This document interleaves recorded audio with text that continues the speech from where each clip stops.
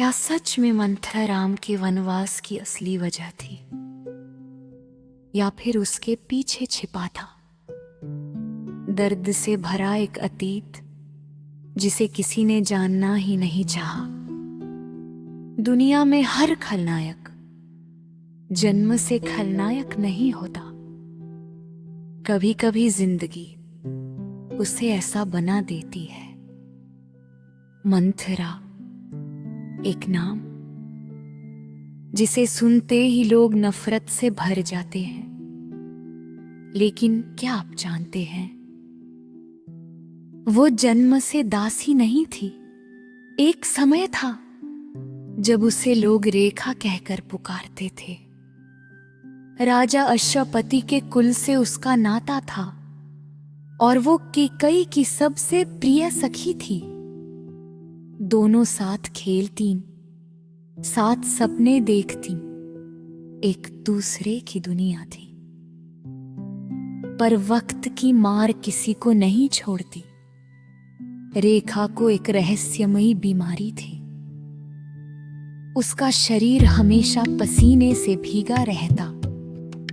लोग उसे अशुभ मानते, उससे दूर भाग गए। और फिर एक दिन औषधि समझकर पिया गया एक शरबत उसकी रीढ़ की हड्डी को हमेशा के लिए मोड़ गया।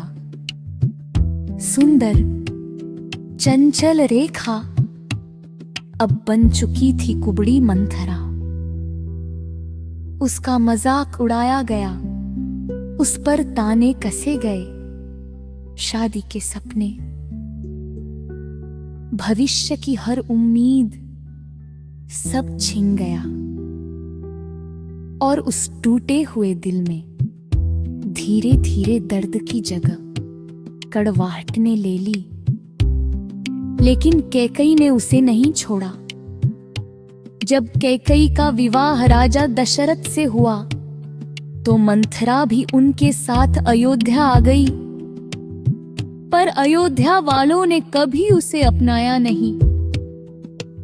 उनकी नजरों में वो सिर्फ एक दासी थी, एक कुबड़ी, बेकार स्त्री। हर तिरस्कार, हर अपमान उसके दिल में जहर बनकर उतरता गया। पर मंथरा सिर्फ एक चीज जानती थी, कैकई ही उसकी दुनिया है। वो चाहती थी कैकई इस राजमहल में सबसे शक्तिशाली बने। कभी कोई उसे नजरअंदाज ना कर सके। और शायद इसी चाहत ने उसे अंधा बना दिया। जब उसे लगा कि राम के राज तिलक के बाद कैकई की अहमियत कम हो जाएगी, तो उसने वो कदम उठा लिया जिसने इतिहास हमेशा के लिए बदल दिया।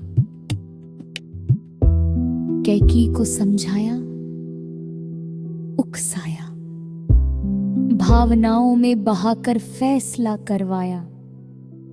और उसी का परिणाम बना राम का वनवास। अयोध्या रोई, दशरथ का दिल टूटा और पूरी दुनिया ने उंगली उठाई मंथरा पर क्या किसी ने उसके दर्द को समझा? क्या किसी ने उसकी कहानी सुनी? कभी कभी जिसका दिल सबसे ज्यादा टूटा हो, वो ही सबसे कठोर दिखाई देता है।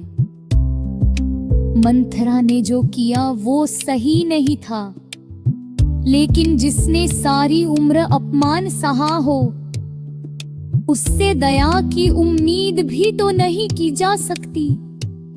शायद मंथरा खलनायिका नहीं, बस एक जख्मी आत्मा थी।